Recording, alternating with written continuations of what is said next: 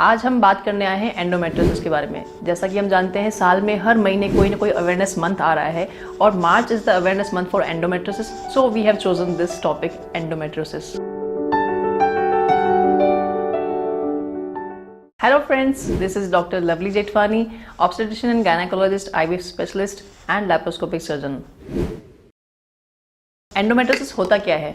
Endometriosis यानी कि uterus यानी गर्भाशय के अंदर की लाइनिंग को हम एंडोमेट्रियम बोलते हैं। ये लाइनिंग ओवरी के हार्मोन्स के रिस्पॉन्स में हर महीने ग्रो होती है और प्रेग्नेंट ना होने पे ये छेद होती रहती है जिसको हम मेंस्ट्रुअल साइकिल बोलते हैं। जब ये एंडोमेट्रियल लाइनिंग यूट्रस के बाहर ट्यूब, ओवरीज या पीछे की तरफ आंतों में यानी रेक्टम में, आगे की तरफ पेशाब की थैली यानी यूरिनरी ब्लैडर में ग्रो करती है, बॉडी के किसी भी पार्ट में ये ग्रो कर सकती है सीवियर कंडीशंस में, तो इसको हम एंडोमेट्रियोसिस बोलते हैं। कभी कभी ये एंडोमेट्रियल लाइनिंग यूट्रस की बॉडी के ये वॉल के अंदर, जिसको हम मायोमेट्रियम बोलते हैं, इस वॉल में ग्रो होने लगती है ब्लैक स्पॉट की तरह जो दिखाई दे रही है, तो इसको हम एडिनोमाइसिस बोलते हैं। और ये एडिनोमाइसिस जो है अलग बीमारी है जिसका जिक्र हम अलग वीडियो में करेंगे। एंडोमेट्रियोसिस हर 10 में से एक महिला में पाया जाता है और generally young reproductive age group की लड़कियां यानी 25 से 35 के बीच की लड़कियों में ये कॉमनली पाया जाता है। एंडोमेट्रियोसिस के लक्षण क्या होते हैं?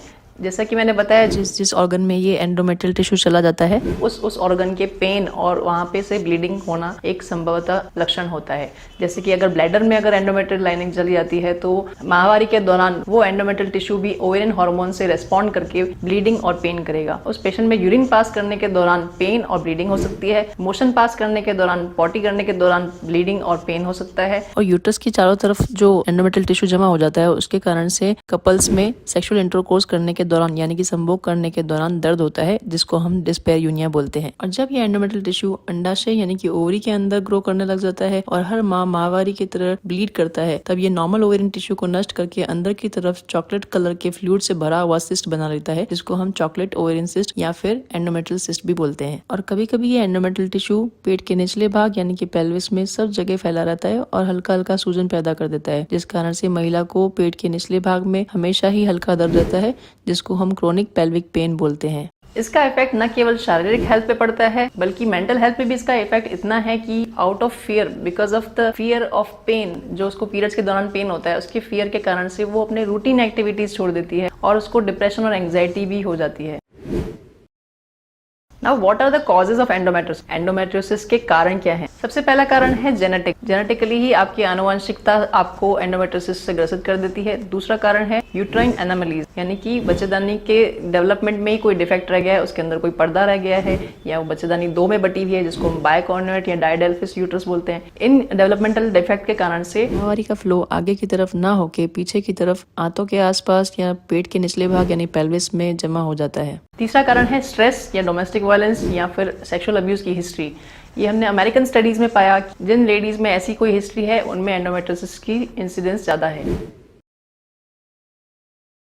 अब एंडोमेट्रियोसिस का डायग्नोसिस कैसे होता है? जनरली डॉक्टर्स के पास आते ही पेशेंट की हिस्ट्री से ही मालूम चल जाता है कि ये एंडोमेट्रियोसिस की प्रॉब्लम है। जैसा कि हमने लक्षणों में बताया, उन लक्षणों से ही पता चल जाता है कि ये एंडोमेट्रियोसिस है। उसके अलावा डॉक्टर्स क्लिनिकल एग्जामिनेशन करते हैं, जहां जहां उस पर वजाइनल एग्जामिनेशन करने के दौरान उसको पेशेंट को पेन हो रहा है और generally ovarian masses, ovarian cyst जो बन जाती है वो भी पर वजाइनल एग्जामिनेशन में पता चल जाता है।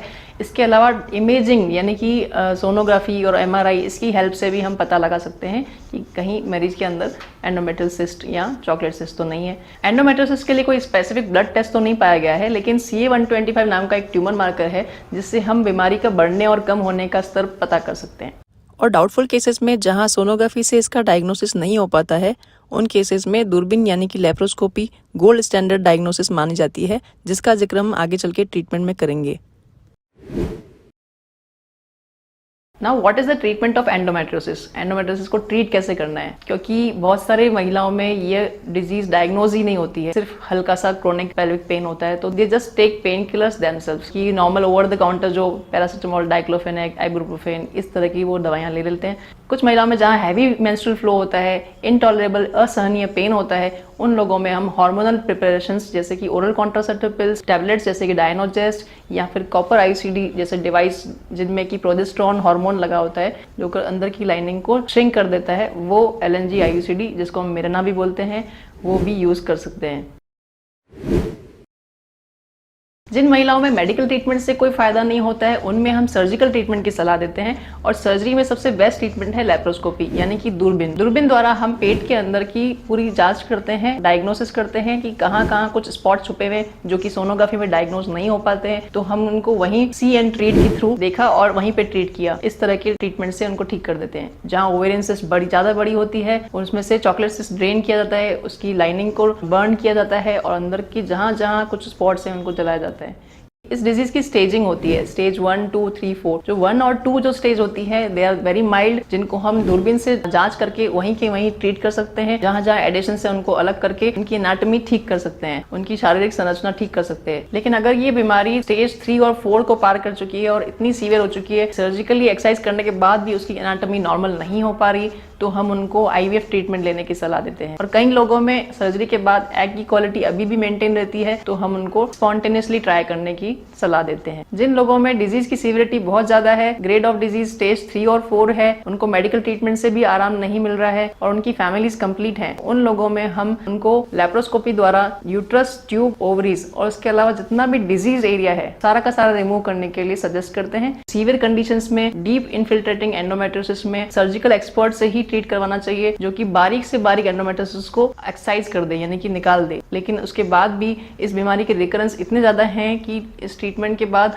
महिला को यह सलाह दी जाती है कि अगर वो अपने रिप्रोडक्टिव एज ग्रुप में है, we advise her to get pregnant as soon as possible. उनको हम जल्दी से जल्दी प्रेग्नेंट होने की सलाह देते हैं, क्योंकि प्रेगनेंसी के दौरान प्रोजेस्टेरोन हार्मोन डोमिनेंट रहता है, ज्यादा रहता है, तो ईस्ट्रोजन डिपेंडेंट जो बीमारी एंडोमेट्रियोसिस है वह कम हो जाती है, यानी कि ओवरी के ओवरऑल हार्मोन्स के इफेक्ट एंडोमेट्रियल टिश्यू पे कम हो जाते हैं और महिला पूरे 9 महीनों के लिए एंडोमेट्रियोसिस के लक्षणों से मुक्त हो जाती है। लेकिन सिम्टम्स रिकरेंस ना हो और यंग गर्ल्स हैं, प्रेग्नेंट नहीं हो सकती हैं, तो उनको हम हार्मोनल ट्रीटमेंट पे रखते हैं। एंडोमेट्रियोसिस में इनफर्टिलिटी या बांझपन होने का कारण क्या है? सबसे मुख्य कारण है महिला को संभोग करते समय पेट के निचले भाग में दर्द होना, यानी कि डिस्पैरियोनिया। इस कारण से उनका संभोग करने का फ्रीक्वेंसी और मन कम हो जाता है, जिस कारण से उनका प्रेग्नेंट होने का चांस भी कम हो जाता है। दूसरा कारण है अंडाशय के अंदर एंडोमेट्रियल टिश्यू का जमा होना और चॉकलेट सिस्ट बनना, जिस कारण से नॉर्मल ओवेरियन टिश्यू नष्ट हो जाता है और अंडे बनने की क्षमता भी कम हो जाती है। तीसरा कारण है एंडोमेट्रियल टिश्यू का पेट के निचले भाग, पेल्विस में सब जगह जमा होना, जिसके कारण से ट्यूब, अंडाशय और गर्भाशय के बीच की शारीरिक संरचना खराब हो जाती है,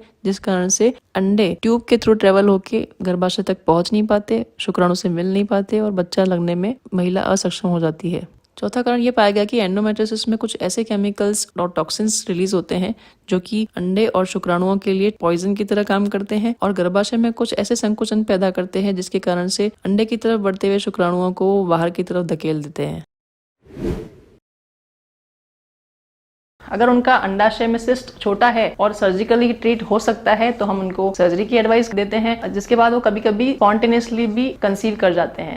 कभी कभी ये डिजीज बहुत ज्यादा फैली हुई होती है, चॉकलेट सिस्ट का साइज बहुत बड़ा होता है, जिसके कारण से ओवरी का नॉर्मल टिश्यू बहुत कम बचता है। इन केसेस में हम पेशेंट को डायरेक्टली IVF पे जाने की सलाह देते हैं। कई लोग बोलते हैं कि एंडोमेट्रियोसिस का ट्रेंड यानी कि इसका इंसिडेंस बढ़ गया है। ऐसा बिल्कुल नहीं है, क्योंकि incidence of endometriosis has not Ryzen. Endometriosis को डायग्नोस करने की अवेयरनेस बढ़ गई है। पहले के लोग बोलते थे कि ये पीरियड्स का पेनफुल होना नॉर्मल है, मैरिज के बाद, प्रेगनेंसी और डिलीवरी के बाद ये सब ठीक हो जाता है। इस डिजीज की जागरूकता बढ़ने से और इसको डायग्नोस करने के लिए जो टेक्निक्स हैं जैसे कि दूरबीन और MRI, इन टेक्निक्स की वजह से हम इस डिजीज को ज़्यादा डायग्नोस कर पा रहे हैं और हमें लग रहा है कि इसकी इंसिडेंस बढ़ रही है। तो फ्रेंड्स, ये था हमारा शॉर्ट वीडियो अबाउट एंडोमेट्रियोसिस। अगर इसके अलावा भी आपके कोई डाउट्स एंड क्वेरीज हैं तो you can any time comment in the comment box and you can ask your queries.